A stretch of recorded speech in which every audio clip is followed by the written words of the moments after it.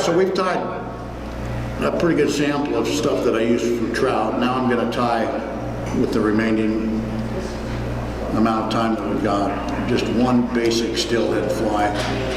I got some pretty good shots of steelhead flies in my presentation, so you kind of get an idea from there exactly what I use. But the thing that was really fun about my steelheading is the fly is as important as any part of the trip. And because I live in Utah, I've got plenty of time in between trips to tie flies, and so it's been for 30-something years one of the things that kind of keeps me going. It's a very, very simple pattern. I call it a half and half. The problem that most people in Utah have when it comes to steelhead flies is finding material. Not too many of the shops stock material for steelhead flies, but this one, this one's pretty simple.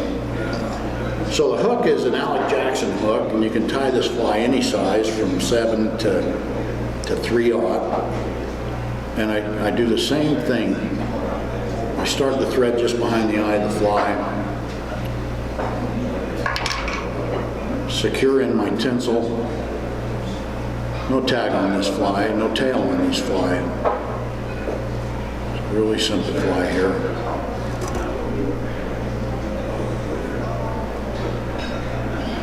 So I've got my tinsel tied in. And I take floss, and I am a snob. I'm not a snob on the river, but I am at the bench. And this is Japanese silk. You don't have to use Japanese silk. You can use nylon or rayon or any kind of floss, but I enjoy using the Japanese stuff because it was what the traditional flies were tied with. And I'm going to trap that tinsel with this silk floss going down to the bend.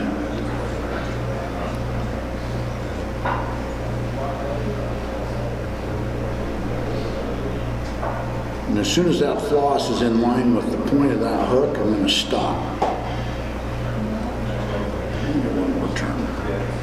Then I'm going to bring that floss back.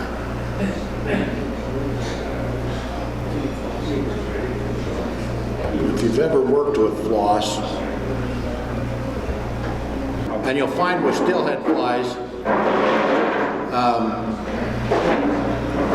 style points don't count, but you can do whatever you want because you're not mimicking, you're not mimicking anything when it comes to steelhead.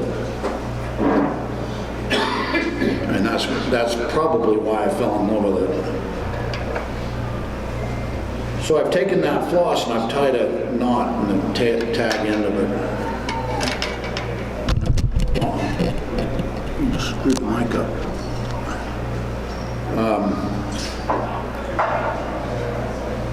I'm going to split the floss so that there's 2 strands.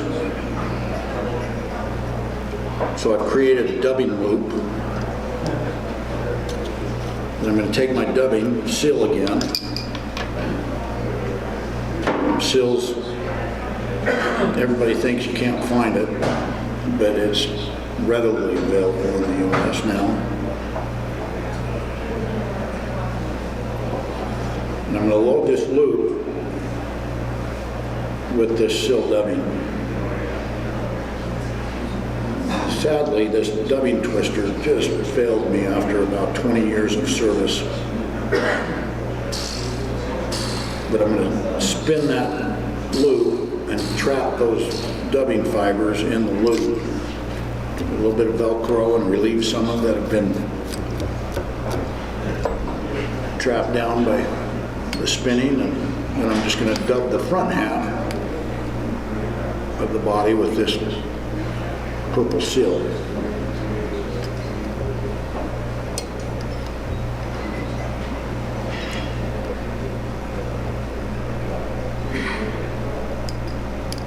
And you could use the tying thread to build your loop. It doesn't have to be the floss. But because I use the floss, I get an underbody of pink. Okay. My GoPro.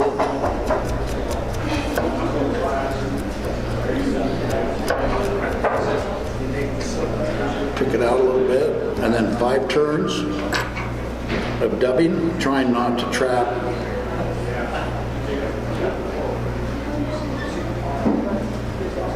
what I've just built there with the dubbing.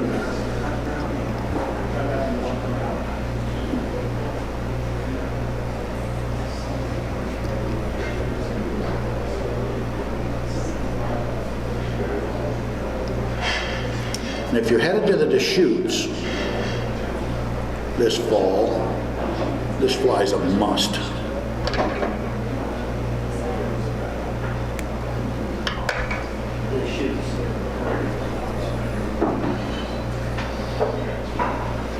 Okay, now I do a little cheat move where I've secured that tinsel down in. It leaves kind of a bulge right there.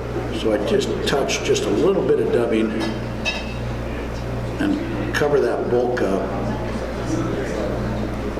with dubbing. Then we take our hackle, and the hackle for this, I just love using all different kinds of hackle, but the hackle for this is widgeon flank feather. It's got a really neat color and a lot of modeling, and the barring effect really adds to the fly. And I'm just going to do the same thing as I did with the soft hackles. I'm going to strip the fluff off, but this time I'm going to strip. If I'm facing the feather and I'm looking at the convex side of the feather, I'm going to strip the left side off very carefully.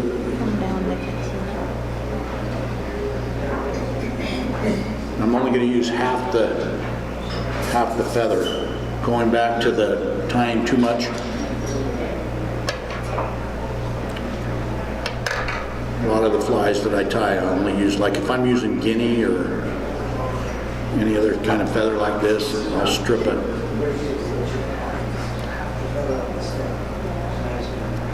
And turn it as a collar, just like we did on the small flies. Working those barbels backwards. Trap the stem.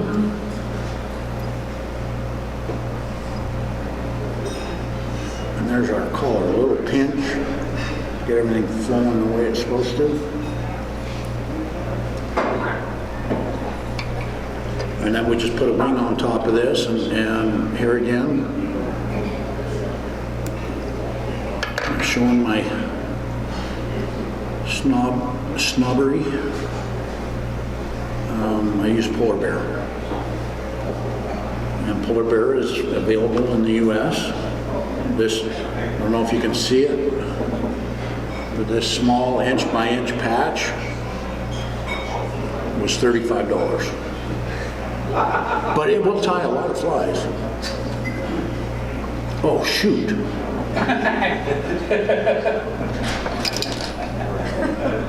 No, Amy gave it to me, so I didn't pay for it. I got some friends up on the Deschutes River that run the fly shop up there, Deschutes Angler, Amy and John Hazel. And last year they bought a whole rug, a whole polar bear rug.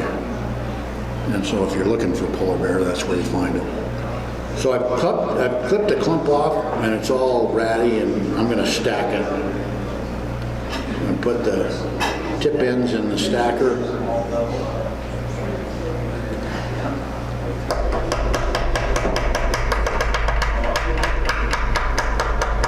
A couple good wraps.